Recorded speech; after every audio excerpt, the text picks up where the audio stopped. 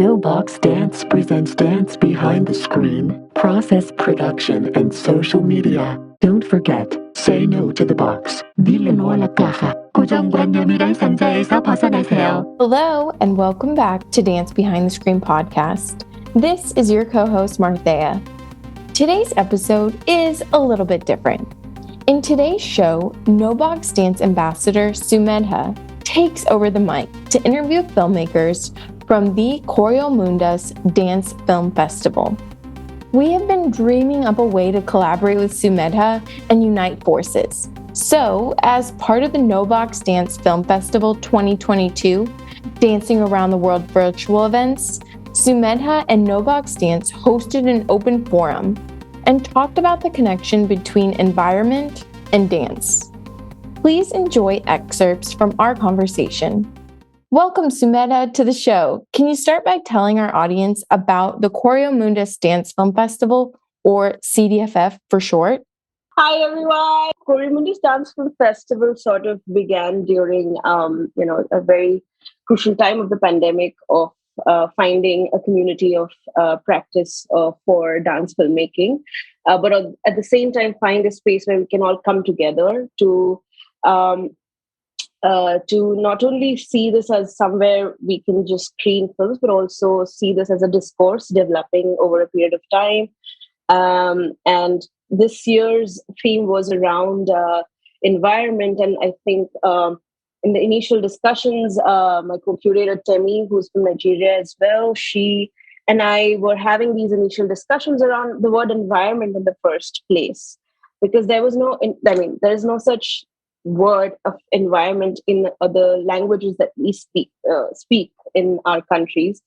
And that led to, that discussion around, okay, environment can definitely not be just one thing, or this idea or the dominant narrative that we have, or that we are sort of seeing these days. So in a way, this festival was an attempt towards initiating an understanding of the word environment in a socio-cultural and political space.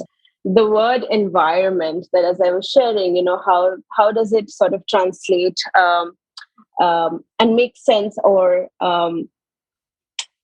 bring association of different memories in your culture? In Spanish, it's called medio ambiente, which is means, right? Medio is means. So that's really important, because it's taken as a resource that you can have or take care of or save or discard or waste. So, and in my country, like Costa Rica is a worldwide recognized place for sustainability. So, but I think it's like a big layer put on in our heads, right? Like, okay, we're sustainable, but anybody really knows what's happening, and it's not so even in rural areas, even more in rural areas, right? Like, nature is there, and of course, if you come to my country, everything you see is really green. So, but it doesn't mean it's sustainable, right? Like, and the place where I happened to work, it's a place that it's known for its coffee plantations and its coffee production. So the monoculture of coffee, it's draining the land, draining the soil, and it has a lot of impacts on the environment as well. So there's like in everywhere else, there's like this situation of coffee companies like just going into the soil and draining it, and like just advancing on nature and the resources, and not and extracting, right, what it's there. And putting a lot of chemicals into the monoculture, and so that it will give enough product to sell.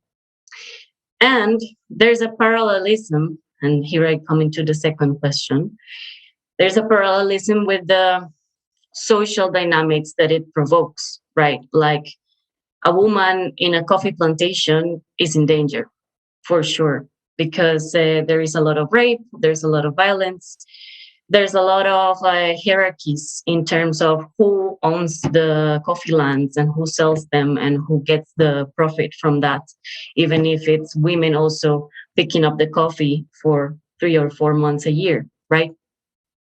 So I happened to be invited to a organic farm in the middle of all of that disaster, let's say, in terms of women and in terms of natural resources and the soil, which is, our main focus now for sustainability and for, healing our relationship with the environment. So uh, we started doing these community dance workshops with the women, and we started seeing with my colleague that she's an agricultural,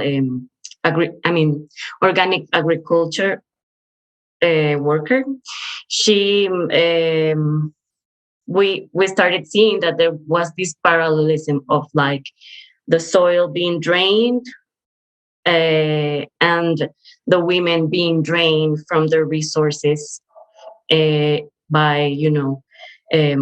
patriarchy and patriarchal dynamics. So we started working on that, and the community dance workshops were based on dance movement therapy, and we kind of did this metaphor of like recovering and regenerating the soil, us being the soil, right?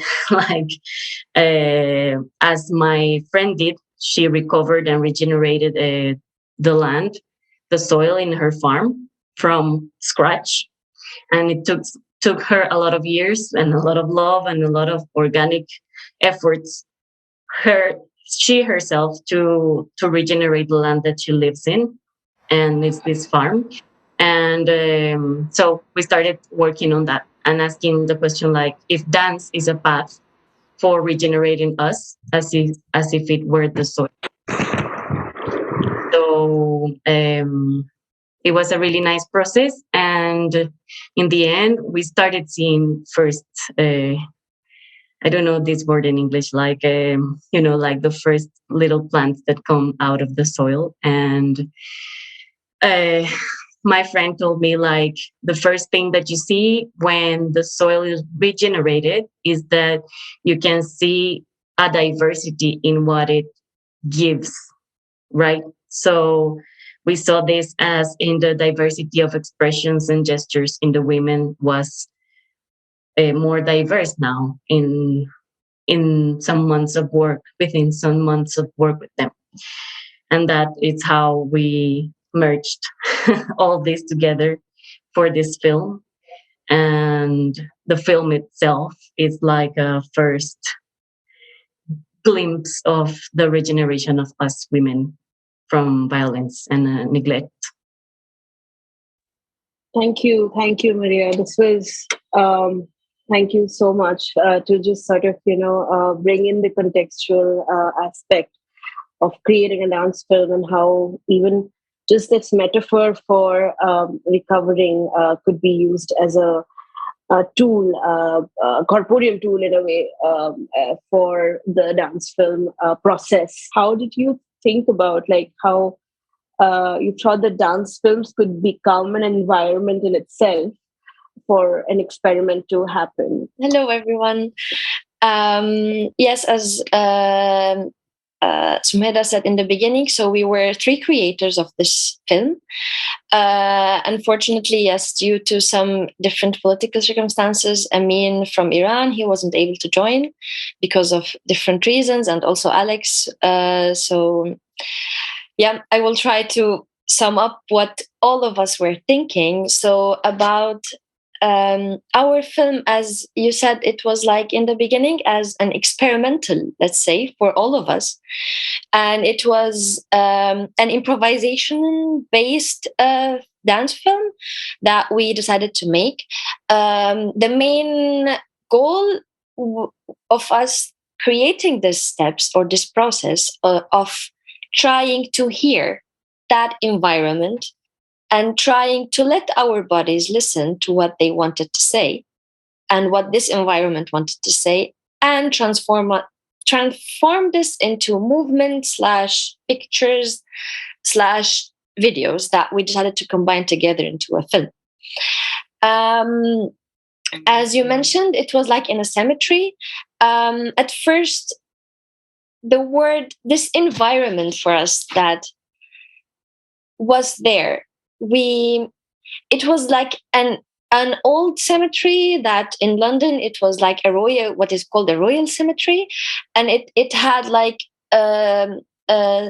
stumps that was like more than 100 or 150 years old. And like from like 1800 something.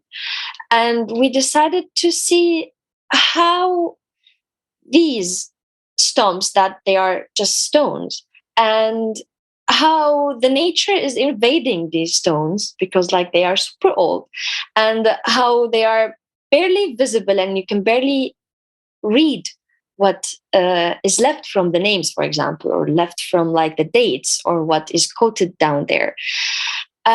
We decided to try to read these and try to read what is written about that person that is gone and see what that person wanted to say. Slash, we decided and trying to hear how the environment changed this thing. We tried to read, for instance, and see how it's like not fully completed word or phrase, what we can hear from that, how it changed. And by our voices, we put exactly our voices reading that as like a sound of this movie. And then on the other layer, trying to see how our bodies will react to this.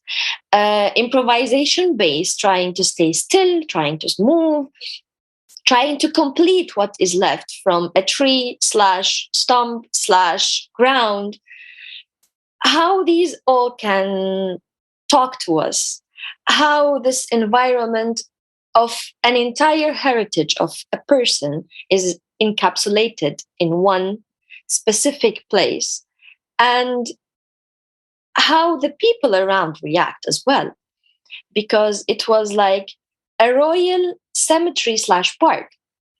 And how this, what does that mean for other people?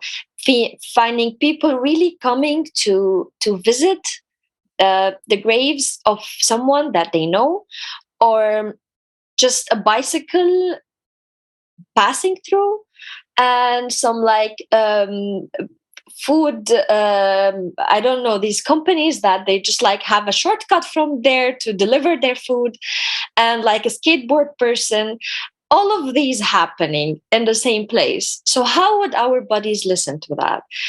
Honestly, that was like the path that our experiment went through. We started with questions and we ended up in so many.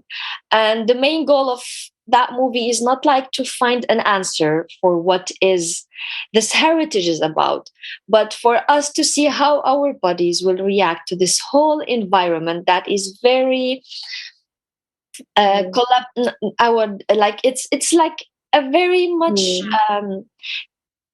connected between different layers, and we decided to see how the layers of our body will be adding to this.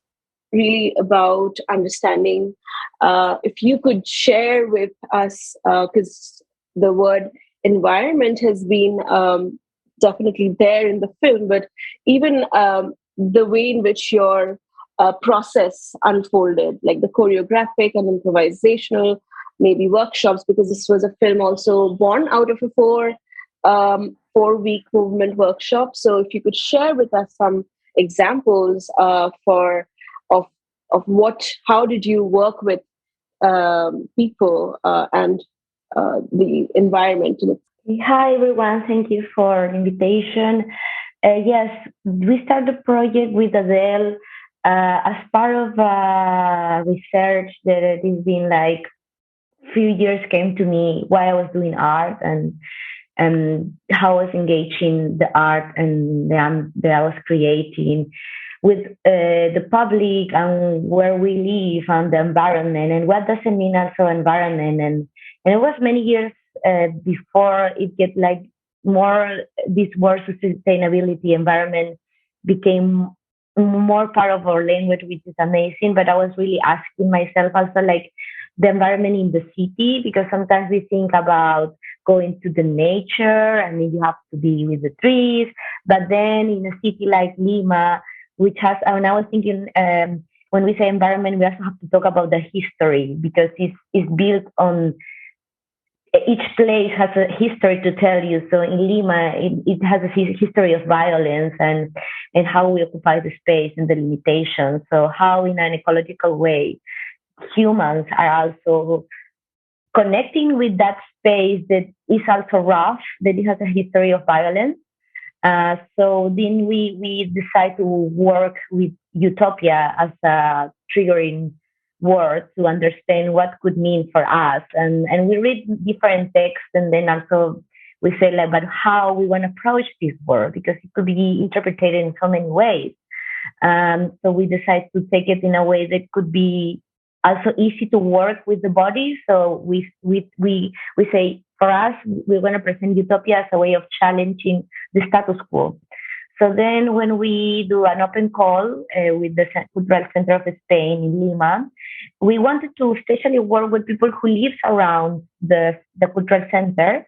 But at the end, different people came and we were really trying to have the majority of variety group of ages and professions and no specifically dancers, but trying to engage in some way with dance. So then we have 4 weekends to first create a trust between the participants and then explore the surroundings. We already did a selection of the spots and we present these spots to our team and they start to react. And based on that, we start to select specifically which of all the spots because we have several of them. And yeah, and also this was part of having a movement workshop which I was leading, guiding people to connect with their own dance and how they can work with these ideas of utopia or challenging or status quo, and then creating mandalas because we want to have also images that could bring this utopia, like this collectivity, this one being all together. So this is why we have these images of the bodies making circles, because we also wanted to bring our feminist view, and we see it like in a round way. And also we decide our protagonist, which is there is no protagonist, but we wanted to really give it a moment. There is a woman who was. She told us her story about she wanted to start studying law, and she's in her 50s, and she was like, nobody believes in me because I'm old for starting a career. So we say like she's gonna be our goddess in the dance. So this is why she has this moment of dancing, because she never saw her body like being like a protagonist, and also because we were challenging the idea of which bodies are in the dance videos, and it's usually young bodies and fit bodies, and we say like she's amazing. Look, and like when you see that part of her dancing, it's really as guiding her movement for me was it's the best of hers, and we call that part bringing the best of me or something like that. And so it was the idea to really when we dance. For me, it's a way to challenge and change the world and the society, and it's mainly based on how we feel pleasure, how we enjoy it, and how we find the collectivity. So for me, Lima's Topic always brings hope every time I watch it, and when I think about that part of my city, which is with a lot of traffic, and you can see the combis and the buses passing through in a moment, and you see these little bodies of yellow dancing and creating these images, and they just really like. It was an invasion of their dance on this public space. And I think this is how we challenge many things, especially when then we see protests and it's like our bodies are there. We are fighting with our bodies. And also we're fighting with the celebration, because we also wanted to bring moments of party or happiness. Yeah, there are many things around that were part of the process. But what I think for me was one of the best achievements is that we could just deliver an experience for the participants. And when you see them on the video, they are just 300%. They were happy to come to the rehearsal. They were happy to dance. They were happy to really take the space. So then I felt like, yeah, it's not only about sustainability as a word that we use. It's about everything that is part of the process, and also like in ecological way, like in a horizontal way, in a feminine way, how we are co-creating. And then one last thing, the yellow is a decision that I took because at the time, and it's very sad now because again in Lima, the mayor is going to be a very corrupted man who won just election a couple of days. At the time, also we have a very corrupted mayor, and he chose the color yellow for his campaign. So everything was yellow. And then I was like so furious, and I always get like very furious about many things, but I wanted to transform it. So then I say, let's take that yellow to make it beautiful, to make it positive. The politics of color in itself, like tell India about it. Every single day we are sort of struggling with that as well. So I can there is such a relatability there's so much relatability in here. And I love the way you said about the body as the protagonist itself, and just the feminine way of making, a film process, like a horizontal co-creation.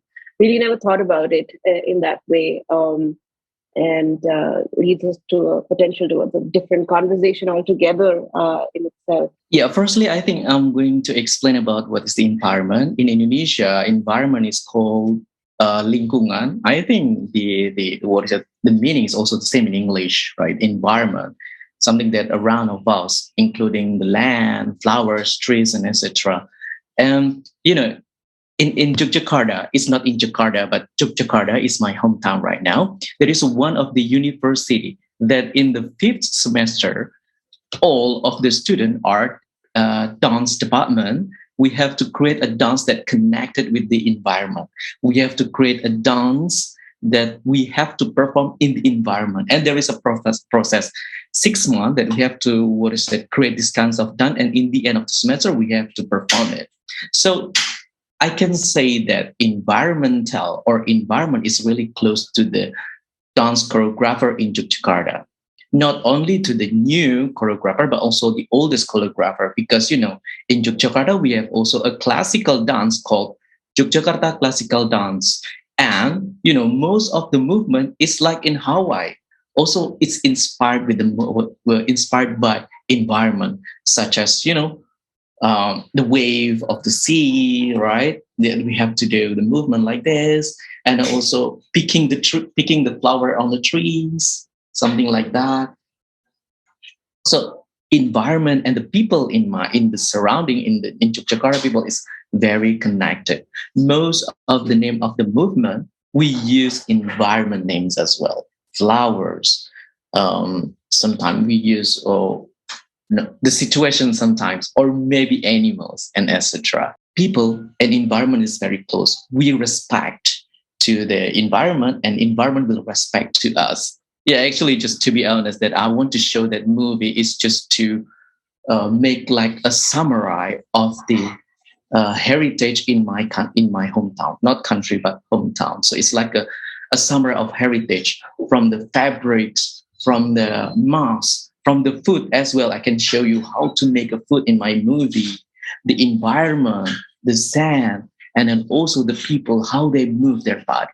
So I just want to show them that this is a summary of my hometown. We as a dancer, we have something that we have to prepare before we communicate with the environment. You know what I mean, right? Something like that. Maybe it's confusing. That's something that may be different than others choreographer. Some choreographer, they love to just, okay, we are in the environment and then just move your body and having communication with them. For me, not like that. I will prepare myself before I'm having conversation with environment. So that's why I can create that movie. Like the way you said how you brought the environment of home, like hometown, like what home can and be and has been for us. It's almost like you're showing sort of different ways in which it evolves for us and it changes for us.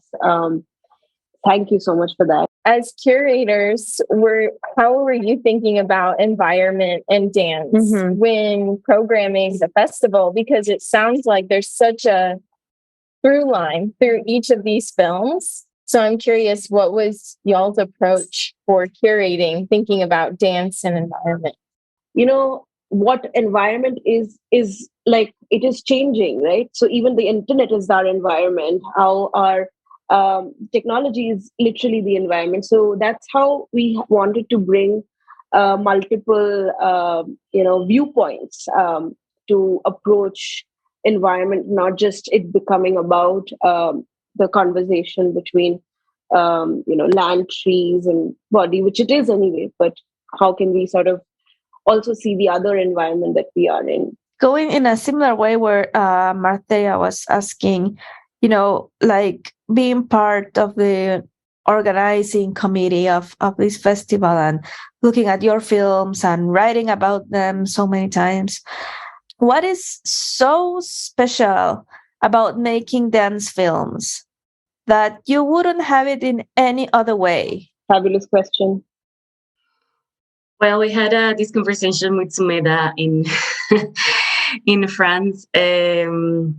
So I'll just jump in and say that filmmaking, it's a way of re-elaborating and washing our lens to the narratives that we are consuming, right? So we are consuming a narrative about ourselves, about women, about the environment, about the soil, about the time we have left on this earth. Like I was just listening to Christiana Figueres the other day, like this woman that led the Paris Agreement, like how she said, like, okay, we are like, the clock is ticking, but it's not our last years on earth and everything's going to end up, next month. So she was like, the narratives that we also get from media are also disempowering us. So I think screen dance was a way to me for approaching life stories as part of an environment that is social, that is political, that is natural, that is economic, and that affects us the whole time, right? And we are all the time consuming images of what women should be and what the environment should be and how should we be sustainable and how our habits should change, right? Like, and that it's it has like, like this way of being joyful and this way of being like really a lot of pressure in ourselves.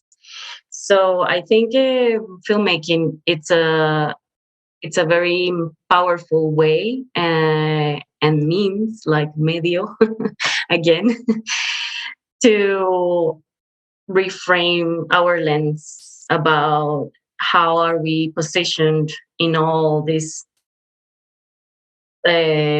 combined dynamics and things happening, just as Lara was saying about their work, right? Like we are all like that, like in the middle of a lot of things happening, and our bodies are listening the whole time.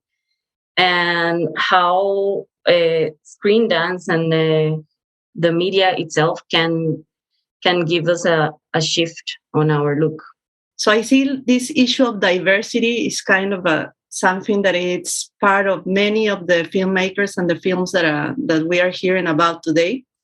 So I was just thinking, whether anyone can share about how did reflecting on or embodying diversity was part of the objectives or the aims or that you had with the creation of your film. It was super important in Lima Suto because when we opened the call, we first have to read all the motivation of the people, but also we really try to have them most variety of people. Yeah, and then we have one scene that we put the faces together, and also we use the colors. So it was like a palette, but also like a palette of bodies and a palette of the histories of these bodies. They were together and worked so well. And I think also it's a decision as artists coming from a society that is very racist to have this variety. No, not because I want to sell something like a publicity or like a Benetton thing or whatever. It's just because it is how it is. And we unfortunately been eating and receiving so many images that were not really representing the variety. It's like when I talk about Peru, like how a Peruvian look, I would say it could be so many ways of being Peruvian and look Peruvian. So it's just bringing that, I always think it's like our food. We are a mix of many things, and it makes sense that. So this is when I'm happy when I always watch Lima Topicas and remember every person who joined us, because it was so important to have all of them and the varieties and the backgrounds and their movements too. Each of them can bring that, not only how they look, as how they move, how they express it through their body. That's a very important question around diversity. I feel like this is like a word that has been used in a slippery ways in some contexts a lot, but to just hear how you are embodying diversity from a more movement perspective, it gives us a very new perspective around this word itself, inclusion and diversity. I'm still in the zone where all of us are bringing this fabulous aspect of change in like all these films that have been curated for this discussion. Change has been a constant, and it has been the way it has been shown through filmmaking, through different ideas and topics, and the way the approaches change and the environment is sort of like so interconnected. And finding that link somehow, the parallel with all that you've shared, and it's really, I hope this is an initiation towards more conversations, individual or collective, but this was a great start. Hopefully we can keep these conversations going after these festivals wrap up, because I think the work y'all are doing is so important. And thank you for sharing your time with us. We really appreciate it. Dance Behind the Screen podcast is produced by kNOwBOX Dance, an art service organization that creates, collaborates, and discusses art with artists and the public. Dance Behind the Screen podcast is co-hosted by Azaria Hogans, Raina Mondragon, Marthea Nygaard, and Yejin Choi, with sound design by Daniel Rosas. Thanks for taking your time to tune into Dance Behind the Screen, a bi-monthly interview series where we go behind the screen to question process, product, and social media. Be sure to follow us on social media at kNOwBOX Dance. See you next time, and don't forget to say no to the box.